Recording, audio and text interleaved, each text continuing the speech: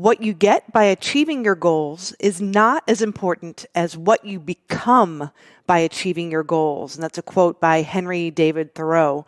So stay with me for today's episode. This is part 2 of our unconscious decision-making system and the process of breaking through it so you can become somebody else on the other side. The following was recorded in front of a live studio audience at the Studio 21 Podcast Cafe. This is the United Podcast Network. Welcome to Rat Race Reboot.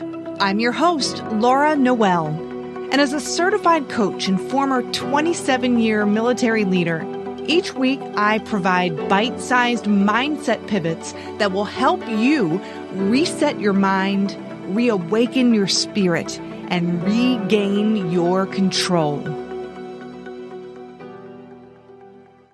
Hello, everybody, and welcome to Rat Race Reboot. If you remember from the last episode, I was talking about our unconscious decision-making capabilities and how our paradigm can be operating underneath the surface. We don't even realize it.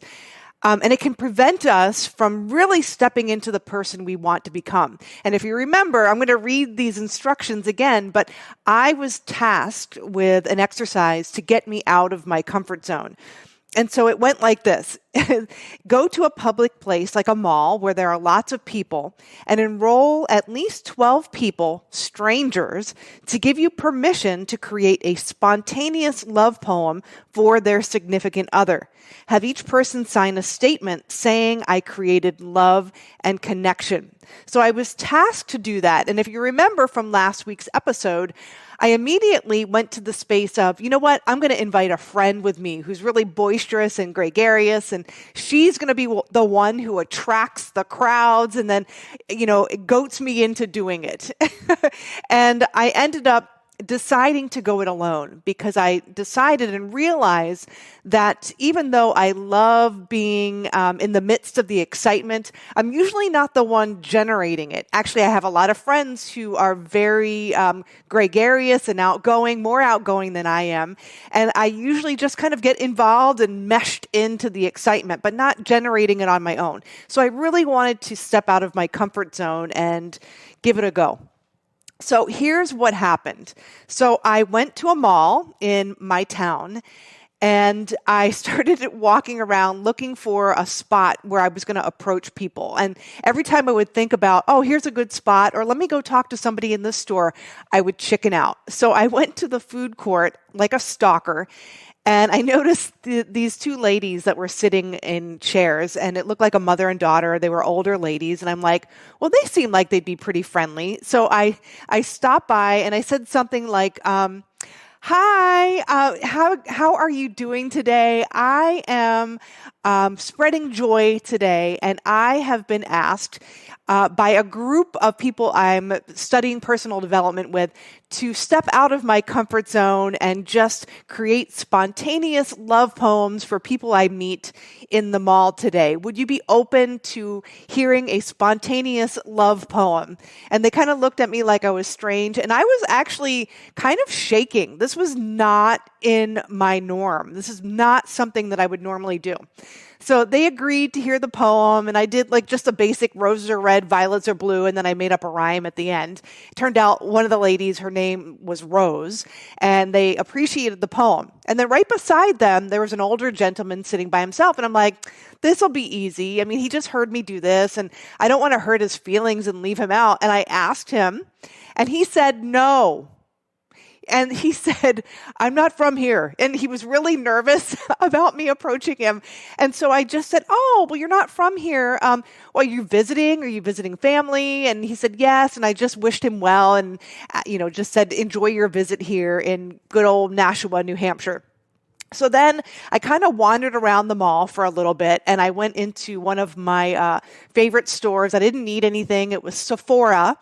And the girl at the door was really nice and friendly and welcoming. And I'm like, you know what? I'm going to enroll her to bring her colleagues together. And I'm just going to do it there for a bunch of people.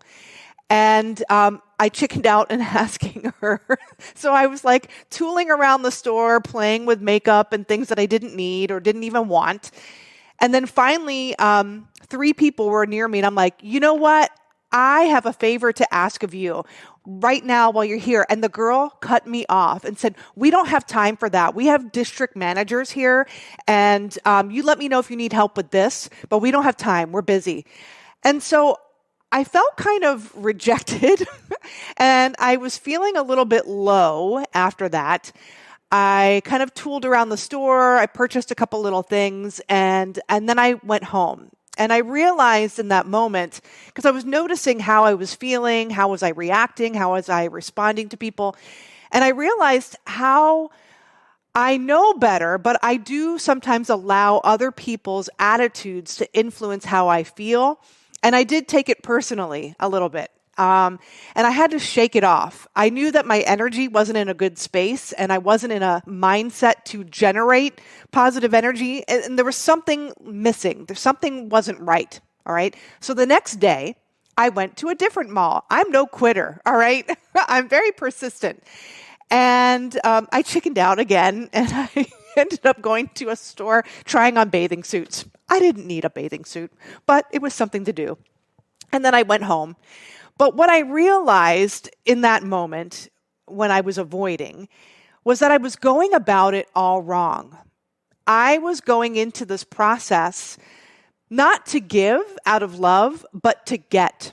I was going into this process expecting to accomplish a goal and not experience the journey and the connection with people. So I was going there I want to get this thing over with and do this thing. Let me give you a stinking poem and will you sign this thing right here? So I was giving to get.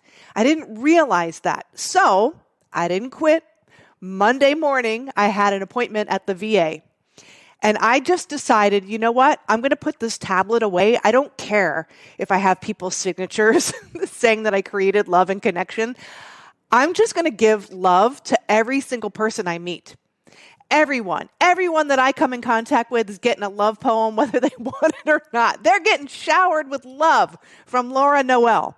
So I pull into the parking lot and there's somebody that's greeting and making sure that you have an appointment before they let you in to the parking lot. And I pulled up and then she's like, okay, you can go in. And I went in. And so I chickened out. So then you go into the door and you get checked in. And they made us go in groups of 5. And then they're asking you questions. Do you have COVID? Whatever the case may be. Do you have a cold? Do you have a fever? And I just said, I'm sending love to everyone I meet. I'm here to brighten your day. Roses are red, violets are blue. This is a beautiful day and I appreciate you. And everybody kind of smiled and they looked at me like I was weird. And I was like, oh, that wasn't so bad. And I kind of got the nerves out of me. And then I went to my appointment and there were 2 nurses there checking people in. And I gave a spontaneous poem of appreciation to them. And then I sat down in the waiting room and there was an older veteran sitting beside me. And I'm like, roses are red, violets are blue. This is a great day and I appreciate your service too. And he smiled and he said, I like the way you bring cheer. It's much more healthier than having a beer. And I was like, oh my God, that's amazing. You're a poet. And I'm bringing out the best in other people. So what I was realizing in that moment was just shining, just letting go of the BS, the fear, the worry about what other people thought of me, and just being present and in the moment, allowing myself to shine, also gave other people permission to shine and glow. And then I went to my appointment and there were 2 nurses in there. So I went through my appointment and as I was leaving, I did a little roses are red, violets are blue poem that I made up for them as well. And they were like, wow, thank you. I really appreciate this, especially first thing on a Monday morning, brightening our day. I felt so elevated when I left there, and I know that everyone I came in contact with felt elevated as well. And this goes back to one of the previous episodes where I was talking about leaving people with the impression of increase. I am not a poet, and it wasn't about that, and it wasn't about perfection. It was about being. It was about being joyful. It was about being present. It was about giving, not to get, but just to give. And it was about being outward focused. And it wasn't even about getting the goal. I mean, I achieved the goal. I didn't have people sign the tablet. In fact, when I went in the car, I'm like, okay, 2 people from the nurse's station, 5 people at check-in. So the number of people that I went above and beyond what I was asked to do. So when we get so focused on the goal, and we get so focused on, giving to gain, we gain so little from that. But when we just want to give, and when we have a goal that we set out there, and we're not so concerned about the goal, but we are more concerned with who do I get to become as a result of moving toward this goal, you'll find that you create so much more than you could have ever imagined possible. So I want to ask you, what are you holding on to that is no longer serving you? What are you carrying that is stopping you from shining your brightest? What can you release and let go of? Who do you want to become? Where are you in your life not taking that step because you're fearful, you're worried about what other people might think, you're worried that it won't look perfect? What can you let go of? And I'm going to guide you through a little visualization and meditation right now. And this is how we end every one of our shows. I want to guide you through this meditation so that you can start stepping into the light, the person you want to become right here, today, and right now. So wherever you are, unless you're driving, as always, come back to this later. Take a deep breath through your nose. Hold it for a second. And then exhale fully and completely. Take another deep inhale through your nose. And exhale. Take one more deep inhale. And exhale fully and completely. And I want you to bring to mind the person you would be if you had no fear. The person you would be if you didn't feel like you had to be perfect. Who would you light up with joy if you weren't worried about what they were thinking about you? How would you courageously love and uplift others? And I want you to bring that image to your mind. How you're serving. What kind of connections are you cultivating in your life? In relationships.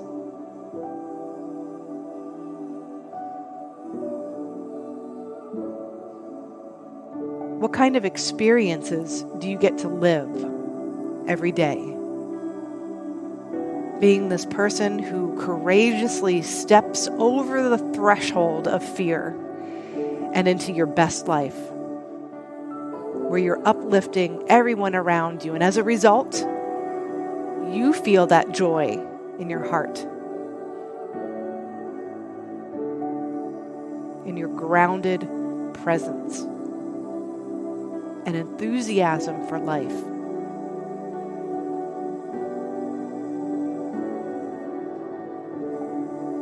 And as things come to your mind, just jot them down on a notebook and come back to them. And decide today you're going to do one thing that gets you out of your comfort zone. Not to get, but just to leave everyone better off than when you found them. Do something spontaneous. See how that feels.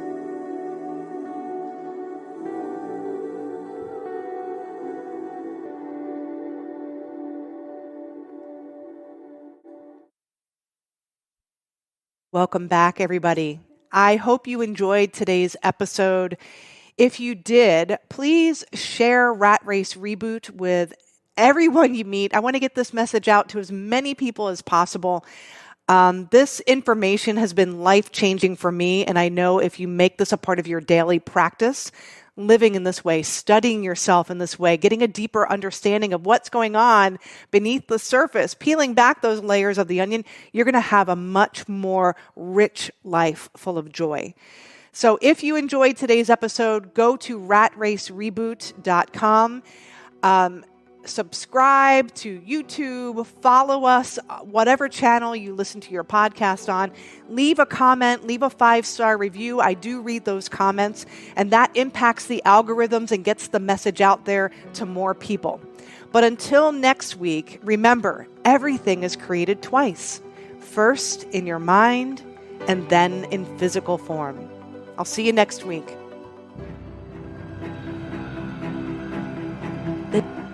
The views and opinions expressed by the hosts, guests, or callers of this program do not necessarily reflect the opinions of the Studio 21 Podcast Cafe, the United Podcast Network, its partners, or affiliates.